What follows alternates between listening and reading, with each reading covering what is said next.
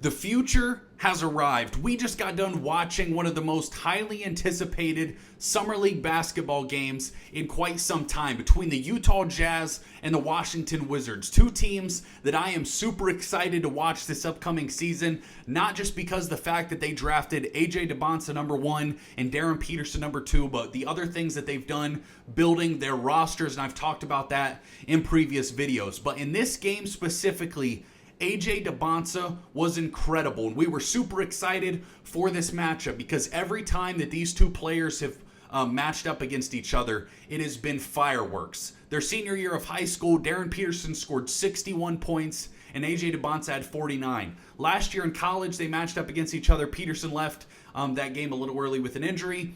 But coming into the league as the number 1 and number 2 picks, you know every time they play each other, they'll have a chip on their shoulder with something to prove. And you could tell tonight that both guys came into the game wanting to be super aggressive on the offensive end of the court and really showcase what they were able to do. Darryn Peterson's been really good through the first 2 Summer League games he played. He averaged 26.5 points and 7 assists in those 2 games, and this was the first one for Dybantsa. We're now in Las Vegas. Previously, it was in Salt Lake City, so we're in Las Vegas for the kind of the real summer league where more teams are involved. But AJ Dybantsa had 27 points tonight and 7 rebounds, but 27 is the most points a number 1 overall pick has scored in the summer league in their debut since Blake Griffin, and he was really, really impressive in driving to the basketball, his rim pressure. His very first bucket of the game, he drove down the baseline and kind of went up and under for a crazy reverse layup, getting around the Jazz defenders. Also hit an and one mid-range shot that was highly impressive, and a crazy poster dunk. A two-handed slam over 2 Jazz defenders. Really impressive stuff from AJ Dybantsa, and you could immediately see why the Wizards drafted this player number 1 overall. And let me say this, I really, really love both of these players, both AJ Dybantsa and Darryn Peterson. I think both of them are going to be superstars in the NBA, and people may tend to overreact to some things we see in the Summer League, but what I really focus on is the good. I don't care as much about the fact that both guys were a little inefficient. Peterson struggled with turnovers in this basketball game. You're playing with guys you're not normally going to play with. The spacing's weird. You're only a couple weeks into your coaching, so don't take too much on the negative end. Focus on some of the things that they highlighted. And Dybantsa, the way that he attacks the rim is absolutely going to work in the NBA. I was trying to think of some players that it was reminiscent of, some of the best drivers of the basketball that are able to really finish through contact, finish physically, have that finesse, are able to slam the basketball when needed, and also go up and under for a reverse layup. AJ Dybantsa was really, really impressive. And then hitting that mid-range and one, was something I really liked. And when you look at the Wizards roster, I was breaking this down the other day. Before I get too much farther, Trey Johnson was unbelievable. I know that the focus of this game is Peterson versus Dybantsa, but Trey Johnson had 26 in this game? Yeah, 26 points on 11 of 20 from the field.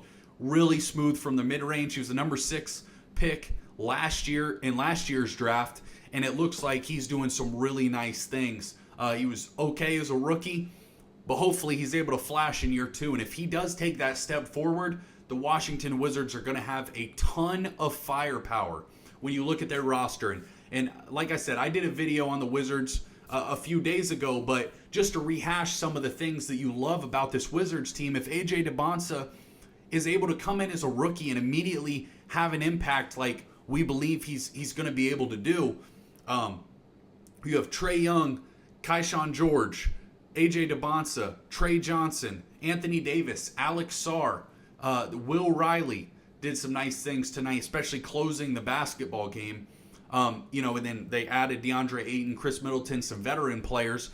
This Washington Wizards team is really building something that I really like. I think going forward, they're going to be competing for playoff spots, and they're going to be a competitive basketball team. And they drafted a player in AJ Dybantsa that I think will assuredly be an all-star in very short order, if not in year 1, in year 2, year 3, as he continues to improve.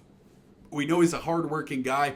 Oh, by the way, he went out with a leg injury with about a minute and a half left. They were messing with his calf.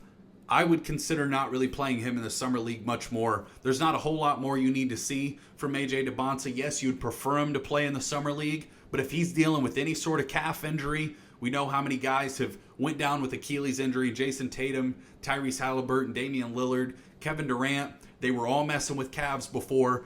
Don't risk it. If AJ Dybantsa is uncomfortable at all, if he's not 100%, I would not risk him in the Summer League. But again, the combination in this game of Dybantsa and Trey Johnson was really hard for the Jazz defense to deal with. They were getting a lot of really good looks and scoring the basketball at a high level. And neither team shot good from the three-point line. But that's just kind of how the Summer League is.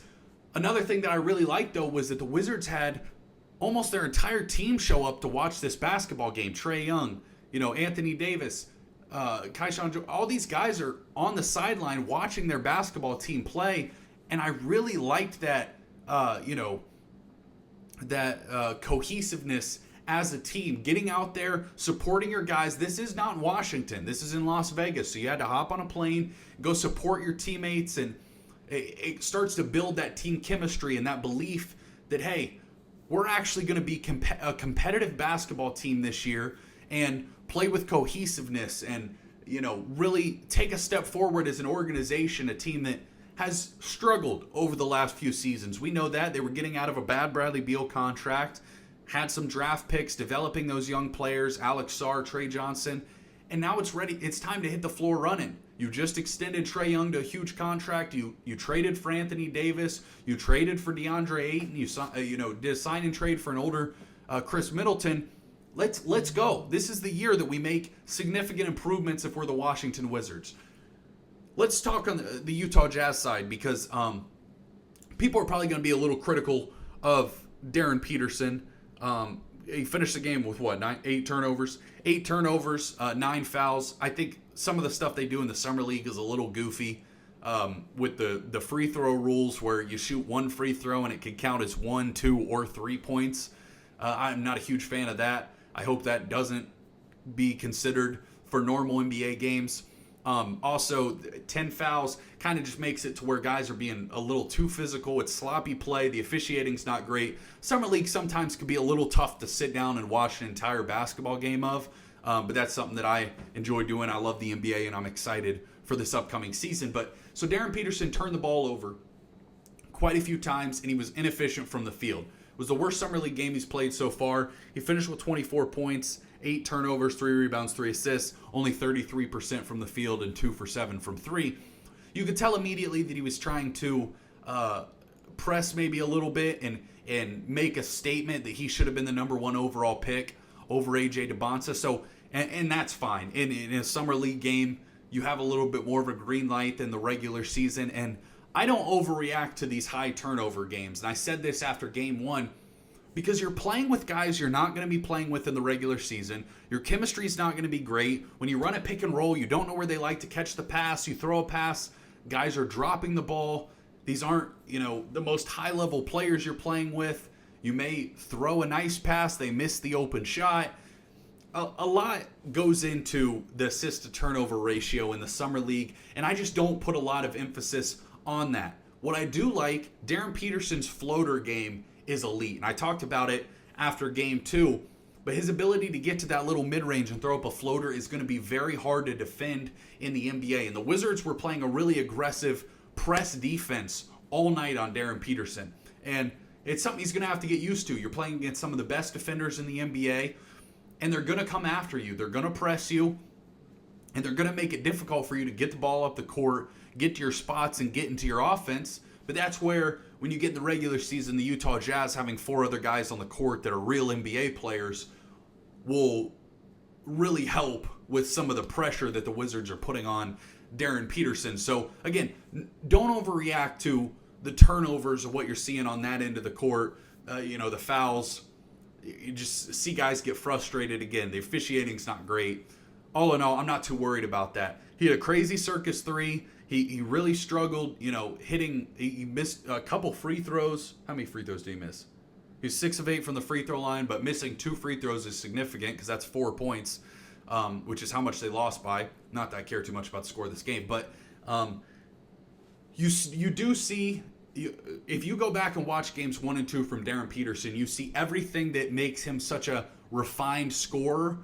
And I think he'll really be successful in the NBA at the next level, especially as he continues to develop and gets next to those really high-level scorers. Keontae George, Lauri Markkanen, Jaren Jackson Jr., Ace Bailey. When all those guys are on the floor with him, it's going to help take a ton of pressure off of him to really do everything for the offense.